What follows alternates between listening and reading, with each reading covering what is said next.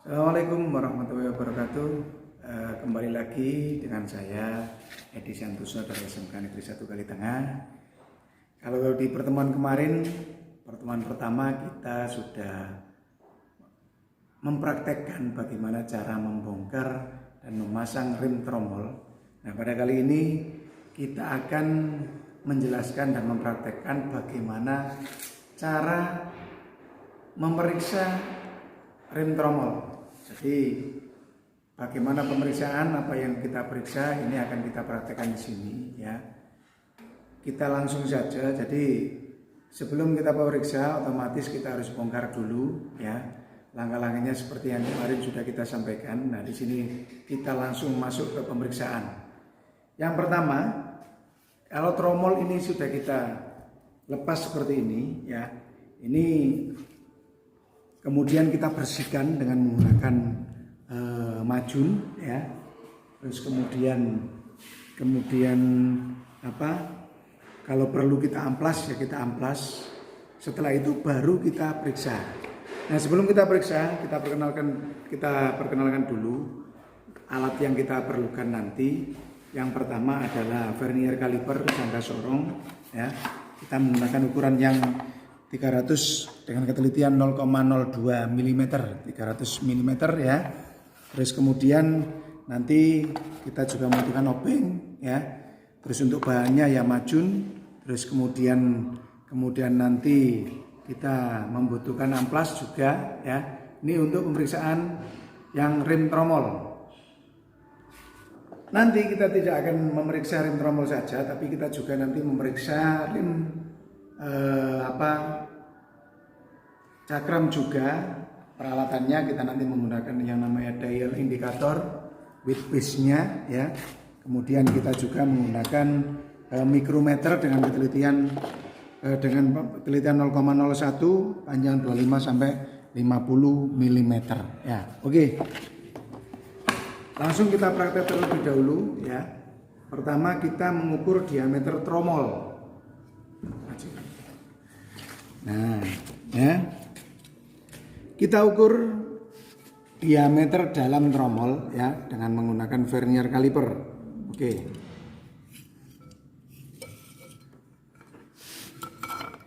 Nah, ini hasilnya ya.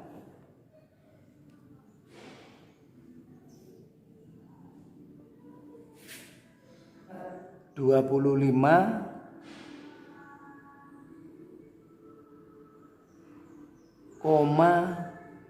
nah ini 25,123 28 ya.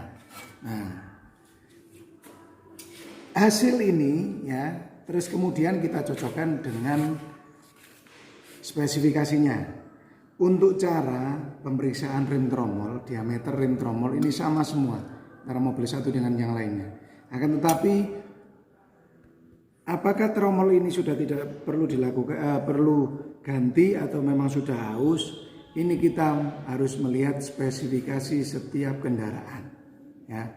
Nah, kalau misalkan semakin besar hasilnya, ya, otomatis misalkan standarnya itu katakan 29, ternyata hasilnya ini 29, berarti ini sudah melebihi diameter maksimal, maka tromol perlu kita ganti. Ini cara untuk mengukur diameter tromol. Kemudian selanjutnya ya, kita juga memeriksa di sini ya. Ini adalah sepatu remnya. Ya, kemarin kita sudah menjelaskan satu persatu ya. Jadi pemeriksaan pada komponen-komponen sistem rem ini bisa dilakukan dengan dua cara. Yang pertama dengan visual, dengan penglihatan apakah ini kondisi dari barang ini masih bagus atau komponennya masih bagus. Ini secara visual. Yang kedua dengan pengukuran, ya pengukuran. Nah, dengan visual berarti kita lihat dulu, ya gimana kondisi dari backing plate ini, apakah masih bagus apa tidak. Terus kemudian kampas ini bagaimana kondisinya, apakah terbakar apa tidak. Kemudian hancurnya ini yang menghubungkan ini apakah sudah rusak apa tidak, ini kita bisa melihat secara visual ya. Dari langkah yang kedua kita melakukan pengukuran ya ini. Nah kemudian ya setelah kita lihat ini tadi, terus kemudian kita lihat secara visual juga apakah silinder roda ini sil-silnya ini mengalami kerusakan atau kebocoran. Berarti kita lihat apakah ada minyak rem yang keluar apa tidak dari silinder rodanya ini. Kalau misalkan di sini basah berarti bisa kita ketahui bahwa ini ada kebocoran. Ya, ini ada kebocoran. Tapi ini ternyata masih kondisi penuh berarti masih kondisi kering berarti tidak ada kebocoran. Ya, memeriksa kerja dari silinder dari sepatu rem ini bekas-bekasnya aja bisa bekerja maksimal apa tidak ya. Ini bisa menggunakan obeng ya. Kita gerakkan ke kanan kiri ya. Bisa kita gerakkan ke kanan kiri. Nih. Nah, apakah bisa bergerak bagus atau tidak ya? Nah, ini kita menggunakan obeng ya. Bisa bergerak bagus apa tidak? Seperti ini. Kita periksa semua. Sebentar, ini kita ukur dulu ketebalan dari lining sepatu remnya ya. Dengan menggunakan vernier kaliper ini kita ambil yang tidak terlalu panjang, yang ukuran hanya 20 mm ya. Kita ukur tebalnya ya. Ini kita ukur tebalnya. Berapa tebalnya? Nah, ini kita baca ya. Di sini ketebalannya masih 5,18. Nah, 5,18 mm. Berarti masih bagus. Kenapa? Karena ini limitnya minimal adalah 1 mm. Berarti ini kita anggap masih bagus. Nah, ini kita ukur dua-duanya dengan cara yang sama seperti itu, ya. Ini dengan pengukuran, ya. Kalau tadi kita secara visual dengan menggunakan melihat apakah ini masih bagus, terbakar apa tidak. Nah, itu tadi dengan pengukuran, ya. Ini. Terus kemudian kita ukur juga diameter dari ini, dari sepatu rim, ya. Kalau sudah bergerak, ini caranya kita pasang kembali, ya. Kita pasang kembali penutupnya ini, tromolnya ini, kita pasang, kemudian diinjak secara penuh. Nah, kemudian dikembalikan, ini kita lepas. Kemudian kita ukur sepatu rimnya, ya, dengan menggunakan vernier yang 30 tadi, vernier kaliper, ya, kita ukur. Nah, berapa diameternya, ya, kita ukur. Nah, ini juga sesuai dengan spesifikasi. Bagus apa tidaknya, kita harus sesuai dengan spesifikasi mobilnya masing-masing, ya. Jadi ini untuk pemeriksaan rim tromol. Baik, kemudian ya sama seperti rim tromol tadi, untuk pemeriksaan rim cakram juga ada dua cara, sama secara visual dan juga secara pengukuran. Yang perlu diperhatikan secara visual sama, ya, apakah di kalipernya ini terjadi kebocoran, berarti kita lihat apakah ada minyak rim yang menetes. Ini juga perlu kita lihat secara visual. Kemudian yang kedua, apakah cakramnya ini piringannya ini masih bagus apa tidak, bisa yang pertama juga kita lihat secara visual. Kemudian untuk yang dengan pengukuran ada 3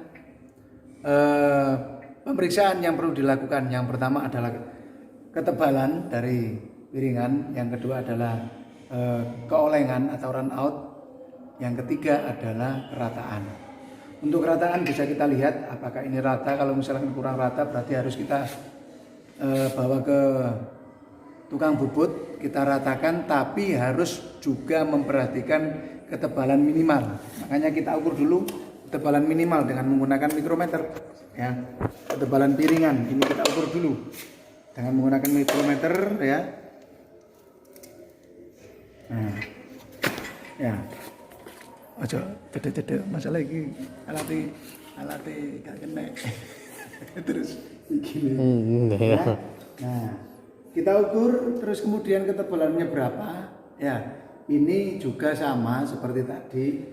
Hasilnya berapa, ketebalannya, kemudian tebal minimalnya berapa itu kita sesuaikan dengan spesifikasi. Ya, tuh. Terus kemudian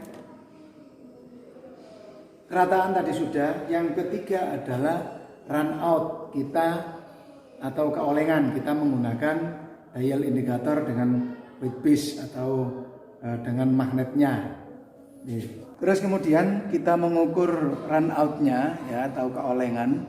Caranya adalah kita menggunakan dial indikator weight base ini. Kemudian yang perlu diperhatikan adalah dalam pemasangan dial indikator ini harus tegak lurus ya.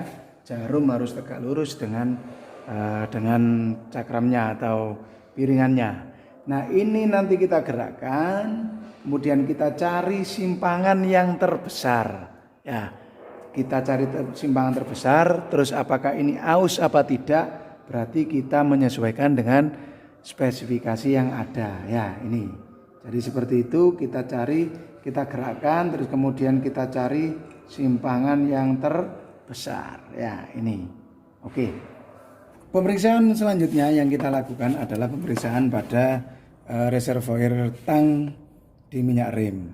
Ya, ini kita lihat yang pertama warnanya.